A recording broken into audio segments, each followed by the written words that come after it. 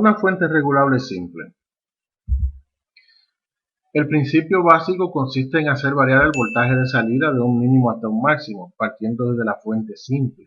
Es decir, yo tengo una fuente simple, vamos a recordar cuál es la fuente simple.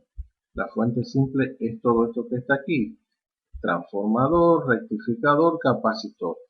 El voltaje que me entrega la fuente simple, entonces yo quiero hacerlo cambiar en la salida desde un mínimo hasta un máximo. Eso es el principio básico de una fuente simple.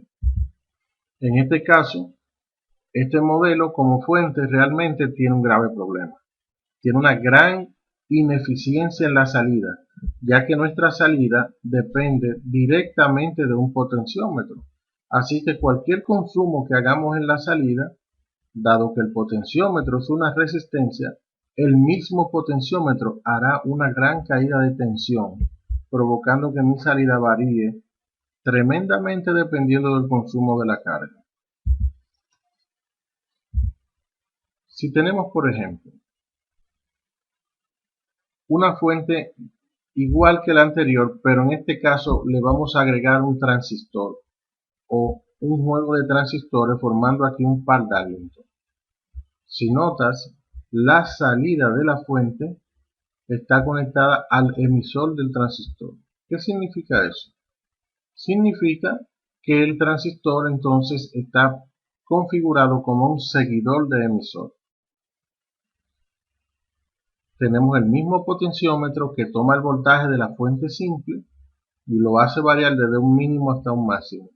Pero como los transistores están puestos a la salida del potenciómetro, estos van a amplificar la corriente enormemente, evitando que en el potenciómetro haya una gran corriente y se caiga un gran voltaje, haciendo la fuente entonces un poco más eficiente. El potenciómetro es de quien depende la variación del voltaje de salida, pero son los transistores que amplifican la corriente. Si el voltaje de línea varía o el consumo en la carga varía, también varía el voltaje de salida. Porque esto es una fuente regulable simple, de modo que el voltaje de la salida depende de las variaciones de la entrada y del consumo en la carga. Aquí tenemos una fuente mejorada. ¿Por qué es mejorada? Con el simple hecho de implementar estos dos capacitores, este que está aquí y este que está aquí, la fuente tiene una ligera mejora. ¿Cuál es la mejora? Bueno, en este caso, el capacitor C2 está puesto a la base del juego de par Darlington que tenemos aquí, que está compuesto por un transistor de señal de baja potencia 2N3904 y un transistor de potencia, un TIP122, que ya de por sí es un Darlington. Si por ejemplo en el potenciómetro yo pongo aquí 12 voltios, esos 12 voltios van a cargar ese capacitor. Esos 12 voltios estarán aquí en la base de los transistores.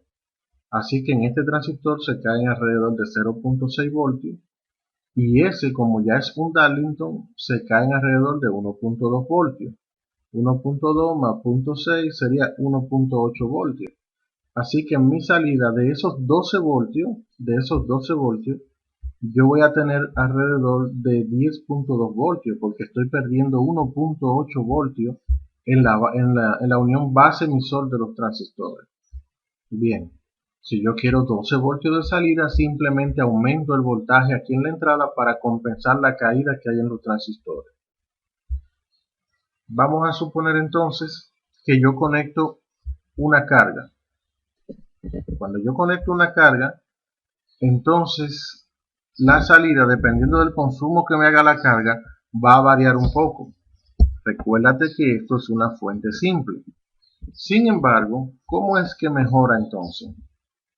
Si ocurre una variación en la carga, suponiendo que haya un pequeño pico de voltaje, suponiendo que el voltaje aquí es de 20 voltios, en este punto, en los extremos de C1 es de 20 voltios, de esos 20 voltios, como ya hemos dicho, aquí yo puse 12 voltios, lo que me va a dar en la salida 1.2 voltios, producto de la caída de los transistores. Pero resulta que la línea varía y hace un pequeño pico de voltaje que sube y baja. Ese voltaje se va a manifestar también aquí en la parte de la fuente simple. Sin embargo, ya el capacitor estaba cargado a 12 voltios y la salida de la fuente depende del voltaje de ese capacitor C2. Como ya él estaba cargado y hubo un pico de voltaje, el capacitor va a hacer un retardo en tratar de asimilar ese pico. Es decir, si aquí habían 20 voltios y de momento el voltaje subió a 22 y bajó de nuevo a 20, ese voltaje que subió y bajó va a intentar comenzar a cargar el capacitor. Pero que resulta que el capacitor tiene un retardo para cargarse, sobre todo porque se está cargando a través de un potenciómetro. Ese retardo es una ventaja porque el pico aparece y desaparece y el capacitor no llegó a cargarse al voltaje de ese pico. Así que el voltaje de salida se mantendría constante a leves variaciones de voltaje de la línea. Por eso esto sería una fuente mejorada. Vamos a ver entonces cuál es la descripción de la fuente. Tenemos aquí el voltaje, la parte de la fuente simple, la fuente simple, que está formada por el voltaje de línea en la entrada, el transformador, el rectificador y el capacitor C1. El potenciómetro. Ese forma el elemento de muestreo. Toma una muestra de la fuente simple y la pasa a los transistores. Está Q1 como elemento amplificador de corriente. Hace una primera amplificación de la corriente, ese transistor,